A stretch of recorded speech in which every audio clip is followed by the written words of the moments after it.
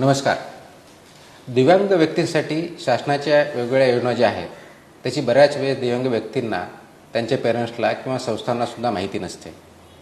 मग त्याचा वापर कसा करायचा, त्याचा फायदा कसा करायचा, अर्ज कुठं करायचा याबद्दलही माहिती नसते आणि म्हणून अनेक अडचणींना सामोरं जावं लागतं आणि त्याच्यामुळे अनेक दिव्यांग बांधव भगिनी ह्या त्याच्यापासून वंचित राहू शकतात.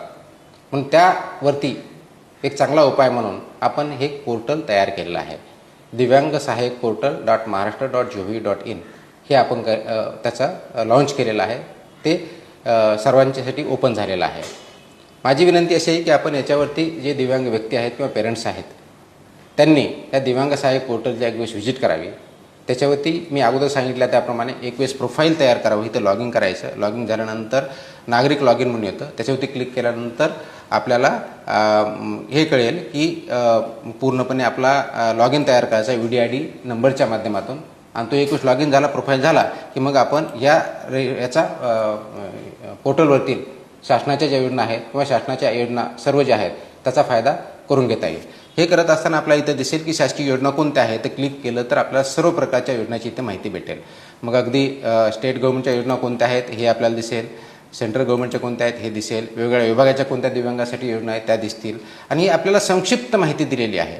म्हणजे GR वाचण्यासुद्धा गरज नाही की आता ही जर बघितली योजना तर याच्यामध्ये काय काय आहे. एलिजिबिलिटी क्रायटेरिया प्रथम दिलेले आहेत, बेनिफिट्स काय भेटणार दिसते आणि रिक्वायर्ड डॉक्युमेंट हे 3 जर गोष्टी तयार झाल्या की आपल्याला लगेच ॲप्लिकेशन करता येतं. आणि म्हणून अशा पद्धतीचे हे तयार आपण यासाठी केलेलं आहे की दिव्यांग व्यक्तींना याचा योजनांचा लाभ भेटला पाहिजे. आता आपण कोणतीही योजना घेतली तर योजनेमध्ये बघितलं तर ते एक उदाहरण म्हणून सांगतो की ही जी योजना आहे तर याच्यामध्ये सेल्फ एम्प्लॉयमेंटसाठी कोणती आहे, मॅरेज इन्सेंटिव्हसाठी स्कीम आहे, त्याच्याबद्दल जर बघितलं याच्यावरती आपण क्लिक केलं तर आपल्याला दिसेल की हे क्रायटेरिया कोणते आहेत, एलिजिबिलिटी काय आहे हे दिसेल, बेनिफिट कोणते आहेत हे बघता येतील आणि याच्यावरती ह्या डॉक्युमेंटच्या आधारे आपल्याला ॲप्लिकेशन करता येईल. आता हे ॲप्लिकेशन केल्यानंतर तुम्हाला तुमच्यामध्ये अप्लाइड स्कीम कोणत्या आहे त्याच्यावरती दिसेल, ग्रीव्हन्स रिड्रेसल करता येईल, एलिजिबल स्कीम कोणती हे तुम्हाला इथे माहिती भेटेल. जी माहिती आपल्याला एक वेळेस आपण जे रजिस्ट्रेशन प्रोफाईल क्रिएट करणार आहे त्याच्या आधारे आणि स्कीमची आहे याचा AIचा वापर करून केलेली आहे. त्याच्यामुळे तुम्हाला ट्रॅक पण करता येईल. आता हे एक वेळ झाल्यानंतर ती स्कीम आपल्या शासनाकडे म्हणजे अधिकाऱ्यांकडे जाते. अधिकाऱ्यांकडे ती माहिती येते आणि अधिकाऱ्याकडे माहिती आल्यानंतर त्याच्यावरती कारवाई करतात. सबमिट एक वेळेस केल्यानंतर आपल्याला पूर्णपणे ट्रान्सपरंटली कुणाकडे पेंडिंग आहे आपल्याला दिसतं आणि मलाही दिसतं. आणि म्हणून आपण जर बघितलं तर कोणत्या स्कीमचे अर्ज कोणाकडे किती पेंडिंग आहेत हे मला इथून दिसतं आणि म्हणून मग त्याच्यावरती आपल्याला बघता येतं. आता उदाहरण म्हणून सांगतो की आपल्यासमोर दिसतंय की आज जी स्कीम आहे मॅट्रिमोनियल इन्सेंटिव्ह स्कीम याचे अर्ज किती आलेले आहेत, आज तर 54 पर्यंत आलेले आहेत. जिल्हा परिषद CEOकडे एवढे पेंडिंग आहेत, 8 रिजेक्ट झालेले आहे. कोणत्या विभागात किती आहेत हे बघायचं म्हटलं तर पुणे डिव्हिजनला आहेत, कोल्हापूरमध्ये गेलं तर कोल्हापूरचा कोण अर्ज आहे हे सुद्धा मला इथून बघता येतं.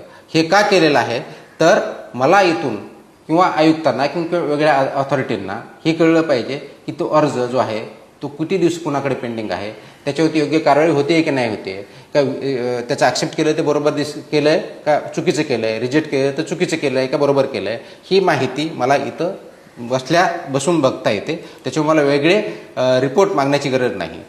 म्हणून नागरिकांनी जो अर्ज केलेला आहे त्याचं वेळेत निराकरण करणं, ते ग्रीव्हन्सेस असतील किंवा योजनेचे लाभ घेण्यासाठी अर्ज केलेला असेल, ही सर्व माहिती एका क्लिकवरती नागरिकांना तर आहेच, दिव्यांग व्यक्तींना तर आहेच आहे, त्या पोर्टलच्या आधारे भेटणारच आहे. त्याचबरोबर ती अधिकाऱ्यांना पण आहे आणि ती सगळं इथून मला बघता येतं, मॉनिटर करता येतं, त्याचा आढावा घेता येतो. मला वेगळ्या रिपोर्टची गरज नाही. म्हणून माझ्याकडं आज कोणी जर व्यक्ती आला की मी एवढा अर्ज केलेला आहे, मला 5 महिन्यापासून जिल्हा परिषदमध्ये पडून आहे, तर मी इथं तात्काळ तपासू शकतो की नाही आहे तुमचा अर्ज इथं पेंडिंग आहे का, इथं किती दिवस ॲप्लिकेशन केलं आहे, कधी केलं आहे, कुणाकडे गेलं आहे, त्यांनी त्रुटी काढली असेल तर तुमच्याकडे कधी पाठवलेलं आहे, हे मला सर्व इथं तपासता येतं. आपल्याला हे ते कळतं. आणि म्हणून माझी विनंती आहे की एक वेळेस आपण नागरिकांनी, दिव्यांग व्यक्तींनी आणि त्यांच्या पेरेंट्सनी या योजनांचा लाभ घ्यायचा ठरवल्यानंतर पोर्टलवरती व्हिजिट करा, तिथं रजिस्ट्रेशन करा, प्रोफाईल क्रिएट करा आणि आपला योजनाला अप्लाय करा. योजना कोणत्या अप्लाय करता येतील ते समोर दिलेले ते दिसतं. हे युनिक पोर्टल असं आहे की जी योजना आपल्याला कोणत्या योजनाला आपण लाभार्थी आपण एलिजिबल आहात ही सिस्टमच्या आधारे आपल्याला सांगता कळतं. त्याला आपल्याला शोधायची गरज पडत नाही. कारण आपण जी माहिती भरलेली आहे आणि योजनेचे जे क्रायटेरिया आहेत याचं AI च्या माध्यमातून आम्ही मॅपिंग केलेलं आहे आणि त्याच्या आधारे आपल्याला त्या योजना रेकमेंड केल्या जातात. आपल्याला लगेच अप्लाय करायचं असेल तर आपण डायरेक्टली त्याच्यावरती जाऊन आपण अप्लाय करू शकता. अप्लाय केल्यानंतर अर्जाची स्थिती काय हे बघू शकता किंवा आपल्याला तिथं पूर्णपणे जर एखादी कंप्लेंट करायची असेल जसं मी सांगितलं तर आपल्या डॅशबोर्डवर ग्रीव्हन्स रिड्रेसल करू शकता. अप्लाइड स्कीम आपल्याला दिसू शकतात, एलिजिबल स्कीम आपल्याला दिसू शकतात.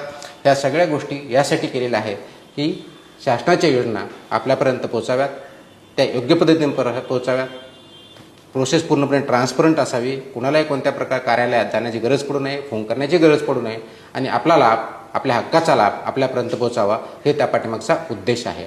आणि म्हणून याचा लाभ सर्वांनी घ्यावा. हे लाभ घेण्यासाठी अजूनही काही अडचणी असेल तर डेफिनेटली आमच्या कार्यालयाशी संपर्क साधू शकता. त्याची आवश्यकता भासणारच नाही, पण त्यानंतरही जर काही अडचणी असेल तर डेफिनेटली आपण संपर्क साधू शकता. माझी सर्व संस्थांना, कार्यालयांना, व्यक्तींना आणि विशेष करून दिव्यांग व्यक्ती आणि त्यांच्या पेरेंट्सला विनंती आहे की दिव्यांग सहाय्यक पोर्टल याचा वरती आपण लॉग इन करा, रजिस्ट्रेशन करा, खरी माहिती आणि परिपूर्ण माहिती भरा आणि दिव्यांगासाठी आवश्यक असलेल्या सर्व सुविधांचा लाभ घेऊन दिव्यांगाचं सक्षमीकरण करून त्यांना मुख्य प्रवाहात आपण आणू, इन्क्लुझिव्ह सोसायटी तयार करू, जेणेकरून ते या समाजाचे एक इंटिग्रेटेड इक्वल नागरिक आहेत असं त्यांनाही ट्रीटमेंट देऊ, जेणेकरून खरोखरच आपला दिव्यांग व्यक्तीचं सक्षमीकरण होईल आणि समाजाचा उत्कर्ष होईल. धन्यवाद.